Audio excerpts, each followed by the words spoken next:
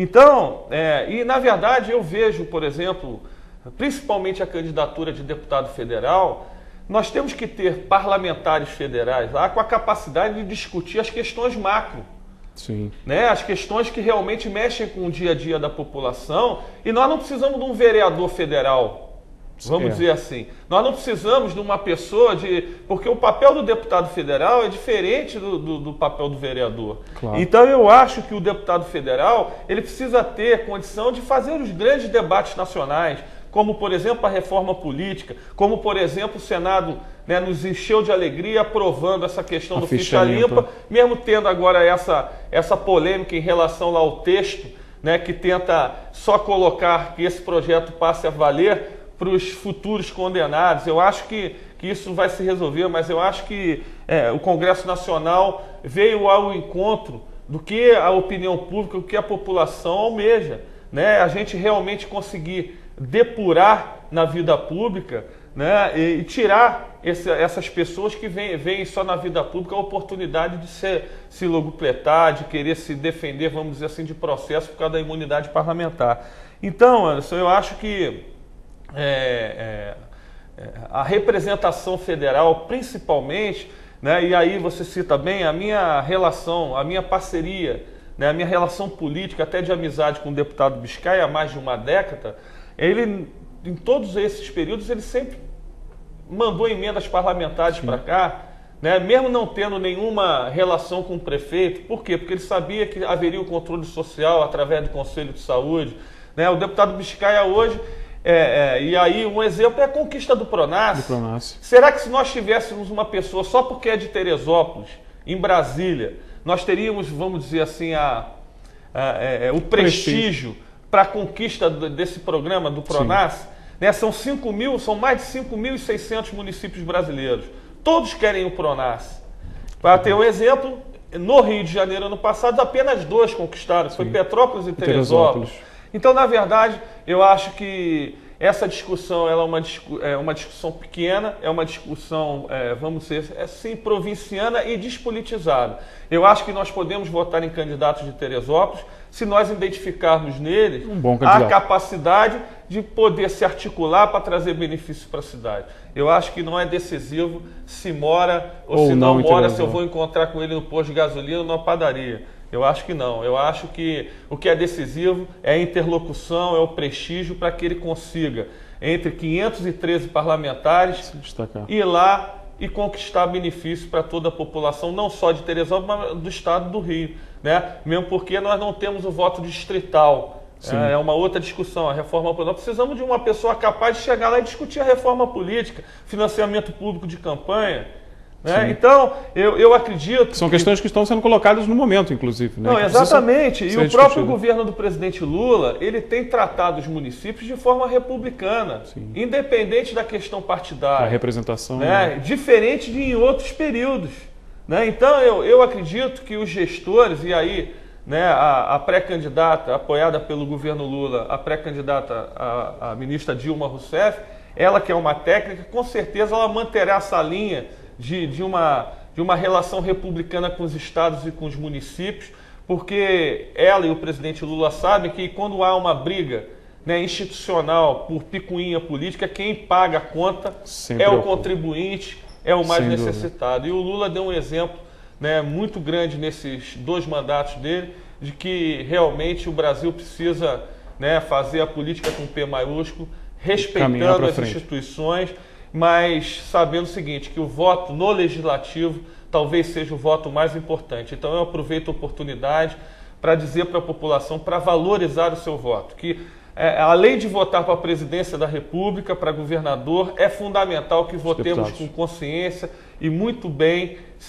e de forma segura, para aqueles nossos representantes, tanto na Assembleia Legislativa quanto na Câmara Federal. É fundamental isso. Então, valorize o voto para o Legislativo, que só assim nós teremos um país melhor, um estado melhor e um município melhor. Bom, Cláudio, queria, para finalizar, que você deixasse, então, aí as datas, os horários do seu gabinete de rua, né? Que você explicasse um pouco desse projeto. É uma outra prática que nós resgatamos no Partido dos Trabalhadores, de estar pelo menos uma vez por mês aqui na Calçada da Fama, prestando contas do nosso trabalho. Geralmente é sempre na segunda, sexta-feira do mês, só quando há problema de chuva, que aí a gente adia, ou quando a gente está para receber algum convidado especial. Estamos aí com a proposta de receber no próximo gabinete de rua o ex-ministro Carlos Mink, o pré-candidato ao Senado Lindbergh Faria, o próprio deputado Biscaia, para que possamos na rua, no banquinho, prestar contas e debater as questões políticas. Mas antes de terminar, Anderson, a gente acabou esquecendo, você me indagou aqui no início da entrevista, a questão do reajuste. Sim, do reajuste dos servidores. Eu quero deixar de forma muito clara aqui a minha posição. Eu, sendo vereador da bancada do Partido dos Trabalhadores, durante o ano passado, ocupando a liderança, eu sempre, quando tive a oportunidade de dialogar com o prefeito a respeito dessa relação do executivo com o sindicato, eu que tenho a minha origem sindical, no Sindicato dos Bancários, eu defendo uma relação madura, uma relação transparente, respeitosa com a entidade sindical. Eu acho que é muito ruim quando se esgota o diálogo, né? Quando há um impasse, quando há realmente um impasse, cada um tem a liberdade de procurar o seu caminho. Mas é muito ruim. Então eu aposto sempre no diálogo, né? na relação transparente, porque nem nosso pai sempre pode dizer sim. Né? Então eu acho que tem que haver respeito de ambos os lados, tanto os dirigentes sindicais quanto os representantes do Executivo precisam ter maturidade suficiente para sentar à mesa, mostrar os números e tentar avançar, porque eu não quero crer, e eu acredito nisso, que nenhum gestor público e nem o prefeito municipal vai querer explorar os servidores municipais. Se ele não está dando nesse momento o que os servidores merecem, é porque não há viabilidade econômica para isso. Mas se você senta numa mesa e tenta construir, dentro de um acordo coletivo de trabalho, né, benefícios que você possa melhorar a qualidade de vida desses servidores, eu acho que o caminho é por aí. Então, quando eu inclusive, tive algumas oportunidades de dialogar com a direção do sindicato, falando a respeito do reajuste dos 6%, eu não disse que os 6% é o reajuste dos sonhos. Mas comparando com todas as categorias que nesse ano tiveram reajuste, é um reajuste que está acima da inflação da média, inclusive, né?